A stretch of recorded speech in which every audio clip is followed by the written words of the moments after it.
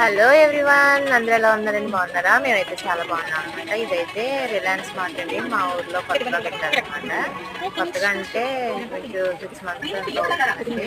అయితే ఇక్కడ ఆఫర్లు అయితే చాలా ఉన్నాయనేసి ఫోన్కి అయితే మెసేజ్ వచ్చేస్తున్నాయండి. బ్రాండెడ్ లెగ్గిన్స్ కానీ పిల్లలు తినే ఐటమ్స్ కానీ చాలా అనమాట.